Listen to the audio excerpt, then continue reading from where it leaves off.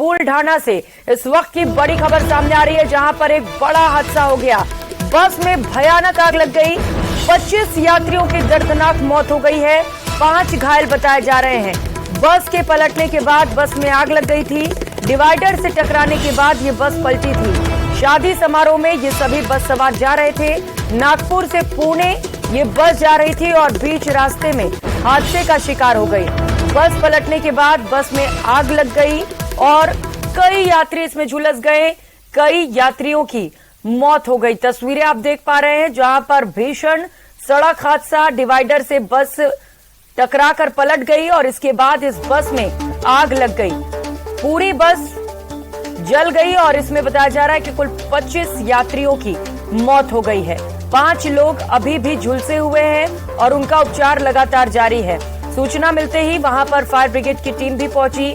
उस दौरान की तस्वीरें भी आपको दिखा रहे हैं, जब आग लगी और यहां पर फायर ब्रिगेड की टीम पहुंची। तुरंत आग पर काबू पाया गया, लेकिन तब तक 25 यात्रियों की झुलसने से मौत हो चुकी थी। बताया जा रहा है कि सभी बस सवार शादी समारोह में जा रहे थे, लेकिन इससे पहले ही सभी हादसे का शिकार हो गए। 25 यात्रियों की मौत हो गई। बड़ा हादसा हुआ है, दर्दनाक हादसा हुआ है। हादसे की ये तस्वीरें आपको दिखा रहे हैं, जहां पर हादसे में 25 यात्रियों की दर्दनाक मौत हो गई है, जबकि 5 यात्री झुलसे हुए हैं। तो महाराष्ट्र से पुणे की ओर ये बस जा रही थी और इसी बीच ये बस हादसे का शिकार हो गई। ड्राइवर ने डिवाइडर पर ध्यान नहीं दिया और डिवाइडर से ये बस टकराते हुए अनियंत्रित होकर पलट गई। इसके बाद इसमें आग लग गई।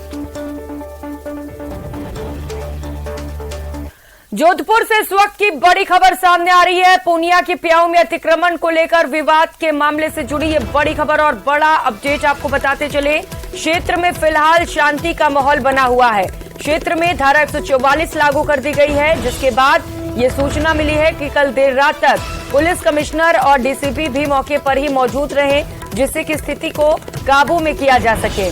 कल विवाद के बाद पुलिस को छोड़ने आंसू गैस भी पड़े थे और मौके पर इस वक्त भी भारी पुलिस जाब्ता मौजूद है। लूनी विधानसभा के झवर थाना क्षेत्र का ये पूरा मामला है, जहां पर प्याऊ में अतिक्रमण को लेकर विवाद हो गया और इसके बाद ये विवाद बढ़ता चला गया, हिंसा का रूप लेते हुए ये विवाद, और उसके बाद पुलिस को इस पूरे मामले पर एक्शन लेना पड़ गया। धारा 144 लागू की गई और कल देर रात तक तमाम बड़े अधिकारी मौके पर मौजूद रहे। फिलहाल आपको अपडेट बताते चले कि वहां पर स्थिति फिलहाल शांतिपूर्ण बताई जा रही है, लेकिन एहतियातन बड़ी संख्या में पुलिस फोर्स अभी भी वहां पर तैनात है। धारा 144 इलाके में लागू की गई है, जिससे कि अप्रिय घटना से बचा जा सके और अहिंसा को लागू किया जा सके। चंद्रशेखर सहयोगी हमारे साथ जुड़ चुके हैं। चंद्रशेखर, चूंकि कल स्थिति बेहद खराब हो चली थी वहां पर, लेकिन अब बताया जा रहा है कि शांति का माहौल है। क्या तस्वीरें इस वक्त वहां से और क्या तैयारियां पुलिस की ओर से?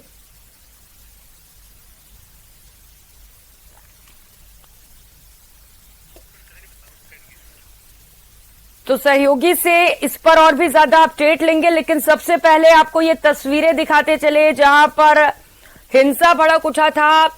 बड़ी संख्या में लोग सड़कों पर उतर आए थे। पूर्णिया की प्याऊ को लेकर ये पूरा विवाद हुआ था, जिसमें 2 पक्ष आमने सामने आ गए थे और इसके बाद लगातार वहां पर स्थिति खराब होती चली गई। अतिक्रमण को लेकर ये विवाद हुआ था और अब सहयोगी चंद्रशेखर ज्यादा जानकारी देंगे। जी चंद्रशेखर। देखिए, जोधपुर के जो लूनी विधानसभा क्षेत्र में स्थित पूर्णिया की प्याऊ है, वहां पर 2.5 बीघा जमीन पर अतिक्रमण के मामले को लेकर जो है जाट समाज और विश्नोई समाज में जो है दोनों पक्ष आमने सामने हो गए थे। इसके बाद कल वहां पर 2 बार आंसू गैस के गोले छोड़ने पड़े, लाठीचार्ज करना पड़ा और इसके बाद जो है मामला कहीं न कहीं जो समझाइशों का दौर हुआ, उसके बाद मामला शांत हुआ था और देर रात तक जो कमिश्नर रविदास गौड़ और डीसीपी गौरव यादव, डीसीपी अमृता दुआन सहित जो है बड़ा पुलिस लवाजमा मौके पर मौजूद था और बताया जा रहा है कि धारा 144 वहां पर लागू कर दी गई और इसके साथ लोगों से अपील की गई है कि जो भूमि है वो सरकार की भूमि है। किसी भी तरह का जो बहकावा लोगों द्वारा किया जा रहा है, जो उकसावा किया जा रहा है, उसमें कोई भी व्यक्ति नहीं आए और वहां पर शांति व्यवस्था बनाए रखे। जी बिल्कुल चंद्रशेखर, कोशिशें लगातार पुलिस की ओर से की जा रही है कि शांति व्यवस्था बनाए रखें और यही वजह है कि धारा 144 भी लागू की गई है। लेकिन चंद्रशेखर, आखिर ये पूरा मामला है क्या? क्योंकि दोनों पक्ष अपनी अपनी बातें रख रहे हैं, क्या इसे लेकर कोई जांच भी की जा रही है? देखिए, मामला बहुत स्पष्ट है। जो पुणे की प्रमुख क्षेत्र में जेडी की सरकारी भूमि है, उसके जो कॉर्नर का करीब जो मुख्य रोड पर स्थित कॉर्नर का करीब 2.5 बीघा जमीन पर जो है एक अमृता देवी पार्क बना दिया गया था और वहां पर जो है पौधे लगाए गए थे। जाट समाज ने इसका विरोध किया और विश्व समाज का ये कहना है कि ये अतिक्रमण नहीं है, यहाँ पर पौधे लगाकर जो है पर्यावरण को संरक्षित करने का काम किया जा रहा है। लेकिन तो जब मामला नहीं कटा तो हाईकोर्ट में चले गए जाट समाज की ओर से और वहां पर हाईकोर्ट ने आदेश दिया था कि उक्त भूमि पर, विवादित भूमि पर जो है जेडी अपना। ठीक है चंद्रशेखर, बहुत शुक्रिया आपका तमाम जानकारियों के लिए।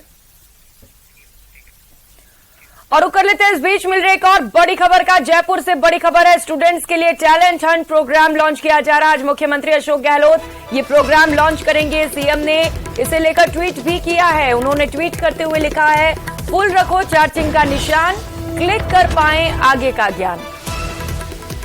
तो टैलेंट हंट प्रोग्राम लॉन्च किया गया है मुख्यमंत्री अशोक गहलोत की ओर से। आज से इसकी शुरुआत की जाएगी। मुख्यमंत्री अशोक गहलोत आज ये प्रोग्राम लॉन्च करेंगे और सीएम ने इसे लेकर ट्वीट करते हुए जानकारी भी साझा की है और तैयार रहने को कहा है सभी से जो इस प्रोग्राम में पार्टिसिपेट करेंगे। उन तमाम पार्टिसिपेंट्स को लेकर ये ट्वीट लिखा गया है कि फुल रखो चार्जिंग का निशान, क्लिक कर पाएं आगे का ज्ञान।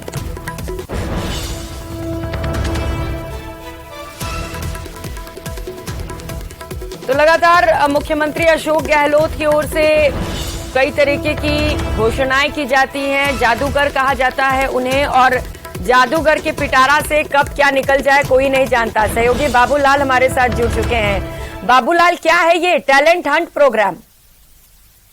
देखिए, स्कूलें खुल रही हैं और युवा वर्ग को साधने के लिए स्कूली बच्चों के बीच में अपनी सरकार को की उपलब्धियों को ले जाने के लिए मुख्यमंत्री ने अब स्कूली बच्चों पर और यूथ पर फोकस किया है और इसी कड़ी में वो टैलेंट हंट प्रोग्राम शुरू कर रहे हैं।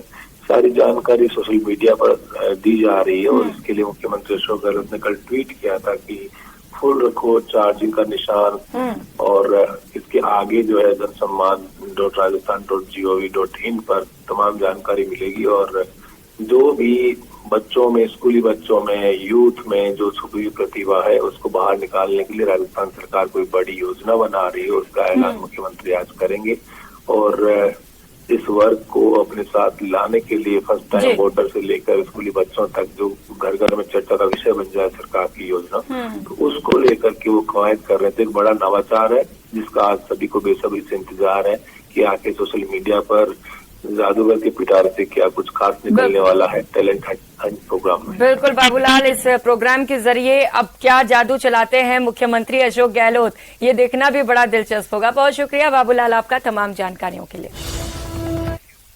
और खबरों में आगे बढ़ते हुए मुख्यमंत्री आवास में मुख्यमंत्री अशोक गहलोत की अध्यक्षता में कैबिनेट की बैठक हुई। बैठक में कई अहम फैसलों पर मुहर लगी है। मंत्री खाचरियावास और ममता भूपेश ने प्रेस कॉन्फ्रेंस कर फैसलों के बारे में जानकारी दी। जयपुर ग्रामीण को नया जिला बनाया गया है। जल्द नोटिफिकेशन भी जारी किया जाएगा। दूदू के जिला बनने पर भी मुहर लगा दी गई है। राजस्थान का सबसे छोटा जिला दूदू होगा। जयपुर शहर के नाम से अब नया जिला भी बनेगा और मंत्रिमंडल का अभी फिलहाल कोई विस्तार नहीं होगा। मंत्री खाचरियावास की ओर से ये बड़ा बयान सामने। उन्होंने कहा है कि जितने भी कयास लगाए जा रहे हैं ये सब गलत है। फिलहाल मंत्रिमंडल विस्तार को लेकर कोई चर्चा नहीं की जा रही है। किसी भी तरह के फेरबदल की भी संभावनाएं नहीं है। खाचरियावास की ओर से ये बड़े बयान सामने। उन्होंने कहा है कि मीडिया की खबरों को गलत बताते हुए, निराधार बताते हुए ये कह दिया है कि फिलहाल कैबिनेट का विस्तार नहीं हो रहा है और कोई भी बड़ा फेरबदल नहीं किया जाएगा। तो जयपुर के और बाकी 19 जिलों को लेकर अंतिम जो फैसला लिया गया उसमें जो भी नए जिलों के गठन पर चर्चा पूर्ण होगी और इसको लेकर कहीं भी कोई प्रॉब्लम है, कोई बात है, वो लगभग ठीक हो गई है। सारी सब पक्षों को सुन लिया गया, सब पक्षों की समस्या का समाधान कर दिया। बड़ा टकराव जयपुर रूरल में था, दूदू में शामिल होने को लेकर एक नया जिला जयपुर रूरल बन गया है। दूदू भी एक नया जिला रहेगा, लेकिन वो दूदू छोटा जिला होगा जो जिस तरह से ये जोबने, रैनवाल और ये सांबर, फुलेरा ये जो विरोध कर रहे थे दूदू में जाने का, अधिकतर वो जयपुर ग्रामीण में आ जाएंगे। और जयपुर शहर में जैसा हमने पहले ही मैं कह चुका हूं वैसा ही है जो मैंने कहा था कि जयपुर एक ही रहेगा, हेरिटेज और ग्रेटर नगर निगम के सारे वार्ड रहेंगे। इसके अलावा आमेर सांगानेर का जो पुराना क्षेत्र इसमें था वो भी रहेगा, पूरा जयपुर लोकसभा क्षेत्र शहर रहेगा, पुराना जयपुर जैसा था वो जयपुर एक रहेगा, उसमें जयपुर उत्तर दक्षिण नहीं होगा। मंत्रिमंडल ने 3 सेवा नियमों में संशोधन के प्रस्ताव को मंजूरी प्रदान की है। इससे शासन सचिवालय, अधीनस्थ कार्यालयों एवं राजस्थान लोक सेवा आयोग के संबंधित मंत्रालय सेवा नियमों के शीघ्र लिपिक निजी सहायक ग्रेड 2 के पाठ्यक्रम में राजस्थान के सामान्य ज्ञान को वेटेज देने का प्रावधान किया गया है। साथ ही फेज 2 के लिए विज्ञापनों में पदों में 15 गुना विद्यार्थियों को सम्मिलित करने तथा शीघ्र लिपि को वेटेज देने संबंधी प्रावधान भी किया गया है। इस निर्णय से प्रदेश के अधिक से अधिक अभ्यर्थियों को नियोजन प्राप्त हो सकेगा। और रुक लेते इस बीच मिल रही एक और बड़ी खबर का, जहां पर भ्रष्टाचार के आरोप लगाए गए हैं। जी हां, भाजपा के प्रदेश महामंत्री रामगंज मंडी विधायक मदन दिलावर ने स्वायत्त शासन विभाग के अफसरों और यूडीएच मंत्री पर स्लज ट्रीटमेंट प्लांट में 900 करोड़ रुपए के घोटाले के आरोप लगाए हैं। दिलावर ने कहा कि स्वच्छ भारत मिशन के अंतर्गत प्रदेश में स्लज ट्रीटमेंट प्लांट लगाए जा रहे हैं। अधिकारियों द्वारा बड़े स्तर पर भ्रष्टाचार किया जा रहा है। दिलावर ने इस घोटाले के संबंध में प्रेस कॉन्फ्रेंस कर बताया कि अन्य राज्यों में बनाए गए फेकल स्लज ट्रीटमेंट प्लांट की लागत से 10 गुना अधिक राशि में राजस्थान प्रदेश में फेकल स्लज ट्रीटमेंट प्लांट बनाए जा रहे हैं। दिलावर ने अन्य राज्यों की तुलनात्मक विवरण प्रस्तुत करते हुए बताया कि प्रदेश में 5 KLD फेकल स्लज ट्रीटमेंट प्लांट को 6 करोड़ 77 लाख में बनाया जा रहा है, जबकि महाराष्ट्र में यही प्लांट 11,20,000 रुपए में बनाया गया है।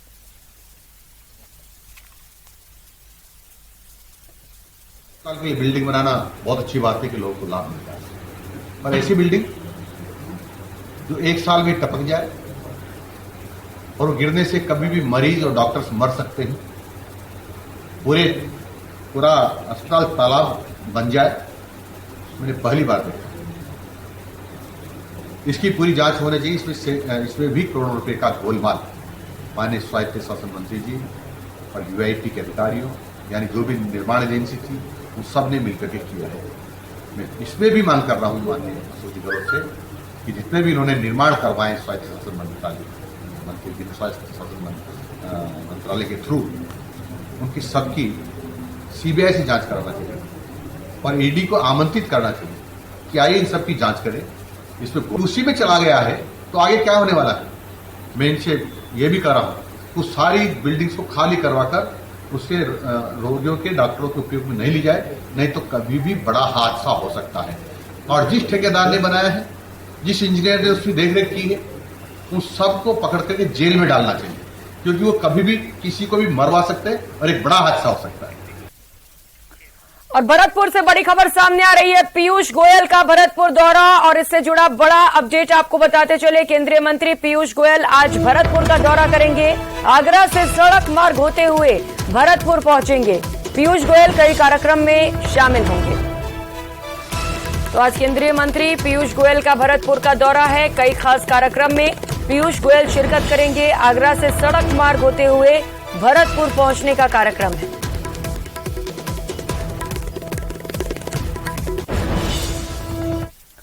तो वहीं टोंक के डोडवाड़ी में शंकर मीणा हत्याकांड मामले में बजरी लीज धारक प्रदीप सेठी, रॉयल्टी ग्रुप नाको के मालिक मेघराज सिंह, गणपत सिंह, सोप सिंह समेत कुल 14 लोगों के खिलाफ 302 समेत SC/ST की संगीन धाराओं में FIR दर्ज की गई है। सांसद हनुमान बेनीवाल के साथ SP कलेक्टर की वार्ता के बाद सहमति बनी।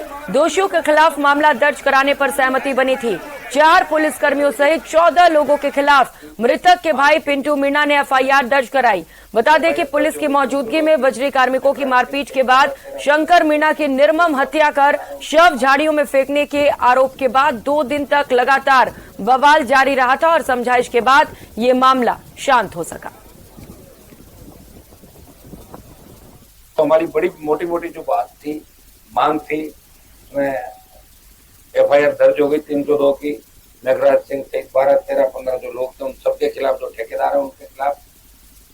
यहाँ जो एक इशू था पीपलू के थानाधिकारी को, उसको हटा दिया यहाँ से, साहब ने अभी लाइन हाजिर कर दिया उसको।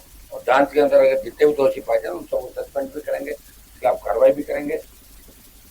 जो आर्थिक सहायता की बात थी, प्रयास सब लोगों ने मिलकर किया और 50 लाख के लगभग आर्थिक सहायता इस परिवार को, इन सब की तरफ से 50 लाख की आर्थिक सहायता। संविदा पे नौकरी की बात करिए, संविदा पे नौकरी, और राजस्थान सरकार को रिकमेंड करेंगे कलेक्टर साहब की तरफ से, इसको सरकारी नौकरी बच्चे को मिली, रिकमेंडेशन जाएगी। उसके बाद परिजनों ने हत्या का मुकदमा दर्ज करवाया 14 लोगों के विरुद्ध और अन्य लोगों के विरुद्ध, और उसकी अनुसंधान एडिशनल एसपी मालपुरा यानी मुझे दिया गया। और भीलवाड़ा से खबर है, जहां पर दिल दहलाने वाला मामला सामने आया है। घटना भीलवाड़ा के जहाजपुर उपखंड की है। यहां पर ससुराल वालों ने बहू को डायन बताकर उसे न केवल गर्म सलाखों से दागा, बल्कि उसके हाथ पैर बुरी तरह से जलाकर दांत तोड़कर बाल भी काट दिए। यही नहीं, महिला को जेसीबी से गड्ढा खोदकर दबाने की भी कोशिश की गई। गंभीर अवस्था में ये विवाहिता अब भीलवाड़ा के राजकीय महात्मा गांधी अस्पताल में अपना इलाज करवा रही है। विवाहिता के परिजनों को जब इसकी जानकारी मिली तो वे उसे ससुराल से किसी तरह छुड़ा कर ले आए और जिला अस्पताल में भर्ती करवाया। परिजनों ने पुलिस में से लेकर मामला दर्ज करा दिया है। उधर बूंदी जिले के देई कस्बे में शुक्रवार शाम आधे घंटे तक हुई बारिश ने प्रशासन के दावों की पोल खोल दी। महज आधे घंटे की बारिश के बाद ही शहर की सड़कें लबालब हो गई। जगह जगह पर जल जमाव से जनजीवन अस्त व्यस्त हो गया। मेन मार्केट में बरसात के साथ ही नाले का गंदा पानी बहकर निकला तो कचरे के साथ बाजार में बदबू भी फैल गई। इससे बाजार में दुकानदारों और लोगों में आक्रोश व्याप्त है। बरसात से उप तहसील, देई कार्यालय परिसर, ग्राम पंचायत कार्यालय परिसर सब कुछ जलमग्न हो गए।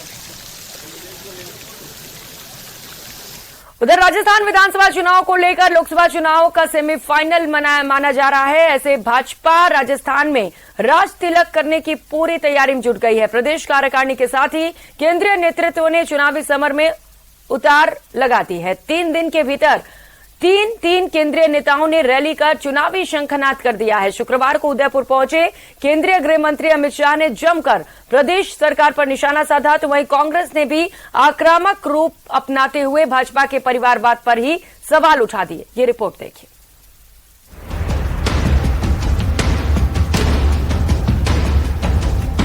गहलोत जी सुन लेना, 23 में राजस्थान बीजेपी विजय के सारे रिकॉर्ड तोड़कर प्रचंड बहुमत के साथ सरकार बनाने वाली। केंद्रीय गृह मंत्री के इस बयान से साफ हो गया है कि राजस्थान विधानसभा चुनाव से पहले भाजपा अपने हर किले को मजबूत करने में जुट गई है। इसी के तहत जहां भाजपा की प्रदेश कार्यकारिणी सड़क से लेकर सदन तक सरकार को घेर रही है, तो वहीं केंद्रीय नेतृत्व ने भी अब मोर्चा संभाल लिया है। इसी के तहत भाजपा के बड़े बड़े नेता प्रदेश का दौरा कर मतदाताओं को साधने का काम कर रहे हैं। भाजपा अध्यक्ष जेपी नड्डा ने जहां भरतपुर से चुनावी शंखनाद किया, तो जोधपुर से कमान संभाली रक्षा मंत्री राजनाथ सिंह ने। अब मेवाड़ की धरती पर उदयपुर पहुंचे केंद्रीय गृह मंत्री अमित शाह ने सीधे सीधे प्रदेश की सरकार पर निशाना साधा। मोदी जी ने PI5 पर बैन लगाया। गहलोत जी के राज में कोटा में PI5 की रैली निकलती, चित्तौड़गढ़ में रतन सोनी की हत्या होती, करौली में हिंदू त्योहार बंद कर दिए जाते हैं, संघ का पथ संचलन बंद कर दिया गया है और 300 साल पुराना शिव मंदिर अलवर में ढहा दिया गया। भगवा ध्वज उतारने की हिमाकत ये गहलोत सरकार करती। जनसभा को संबोधित करते हुए अमित शाह ने जयपुर ब्लास्ट से लेकर कन्हैया लाल हत्याकांड समेत कई मुद्दों पर गहलोत सरकार को आड़े हाथों लिया उन्होंने कहा कि गहलोत सरकार तो कन्हैया लाल के हत्यारों को पकड़ना ही नहीं चाहती थी। एनआईए ने कन्हैया लाल के हत्यारों को पकड़ा है। अरे आप तो पकड़ना भी नहीं चाहते थे, एनआईए ने पकड़ा। और झूठ मत बोलो गहलोत जी, चार्जशीट नहीं हुई है। मैं डंके की चोट पर कहता हूं, 22 दिसंबर 2022 को चार्जशीट हो चुका है। स्पेशल कोर्ट बनाने का काम आपका है, जिससे जल्द सजा दी जाए। राजस्थान सरकार हाई कोर्ट को भरोसे में लेकर स्पेशल कोर्ट नहीं बनाती है, न तो आज तक कन्हैया लाल के दोषियों को फांसी पर लटका चुके होते। मित्रों, लटका। अमित शाह के कन्हैया हत्याकांड पर दिए बयान पर मुख्यमंत्री अशोक गहलोत ने पलटवार किया। कहा, ये उम्मीद की जाती है कि जिम्मेदार पदों पर बैठे लोग आतंकवाद जैसे गंभीर मुद्दे पर राजनीति नहीं करेंगे, परंतु उदयपुर में केंद्रीय गृह मंत्री अमित शाह ने जो किया वो है गैर जिम्मेदाराना कार्य। अमित शाह के एक एक आरोप का कांग्रेस ने जवाब दिया। पीसीसी अध्यक्ष गोविंद सिंह डोटासरा ने पलटवार करते हुए कहा कि कांग्रेस पर परिवारवाद का आरोप लगाने वालों को अपनी पार्टी में परिवारवाद नजर नहीं आता। मैं नाम से कहता हूं, सोनिया जी का पूरा जीवन का लक्ष्य है राहुल जी को प्रधानमंत्री बनाना। लालू जी का लक्ष्य है अपने बेटे तेजस्वी को प्रधानमंत्री बनाना। ममता जी का लक्ष्य है अपने भतीजे अभिषेक को मुख्यमंत्री बनाना। स्टालिन जी का इंटरेस्ट है अपने बेटे उदयनिधि को मुख्यमंत्री बनाना। और गहलोत जी का इंटरेस्ट है वैभव को मुख्यमंत्री बनाना। परिवार पार्टी है तो यदुप्रम जी, वो जो बीएस येदुरप्पा, उनका बेटा क्या है? क्या एमएलए नहीं है? क्या राजनाथ सिंह का बेटे पंकज सिंह क्या एमएलए नहीं है? क्या वसुंधरा जी का बेटा दुष्यंत सिंह एमपी नहीं है? क्या प्रमोद महाजन जी की बेटी उनकी पूनम महाजन राजनीति में नहीं है? क्या वेद प्रकाश गोयल जी के बेटे पीयूष गोयल जी नहीं हैं? क्या विजय वर्गीय जी जो हैं उनके बेटे एमएलए नहीं हैं? क्या हमारी किरण महेश्वरी जी थी, उनकी बेटी को आपने टिकट नहीं दिया? क्या आप कह सकते हैं कि किसी भी स्टेट में भारतीय जनता पार्टी किसी भी नेता के बेटे, रिश्तेदार को, पत्नी को कोई टिकट कभी नहीं देगी? क्या ये घोषणा आप कर सकते हैं? 3 दिनों के भीतर भाजपा के बड़े बड़े नेता प्रदेश का दौरा कर ने ये साफ कर दिया है कि भाजपा की नजर अब राजस्थान विधानसभा चुनाव के साथ ही लोकसभा चुनाव पर भी। राजस्थान विधानसभा जीतकर बीजेपी साफ करना चाहती है कि वो अभी से लोकसभा चुनाव के मोड पर उतर आई है। Bureau report, news 18 Rajasthan. और रुक कर लेते हैं इस बीच मिल रही बड़ी खबर का। अफ्रीकी देश केन्या से इस वक्त की सबसे बड़ी खबर सामने आ रही है, जहां पर बहुत बड़ा सड़क हादसा हो गया है। बेकाबू ट्रक ने कई गाड़ियों को रौंद डाला। हादसे में 48 लोगों की मौत हो गई है, कई लोगों के घायल होने की भी खबर है। अफ्रीकी देश केन्या में ये भीषण सड़क हादसा हुआ है, जहां एक ट्रक सड़क से उतर गया और कई वाहनों को रौंदता चला गया। इस हादसे की वजह से कम अब तक 48 लोगों की जान जा चुकी है। वहीं इस हादसे में कई लोग घायल बताए जा रहे हैं। इस बुलेटिन में फिलहाल इतना ही। नमस्कार।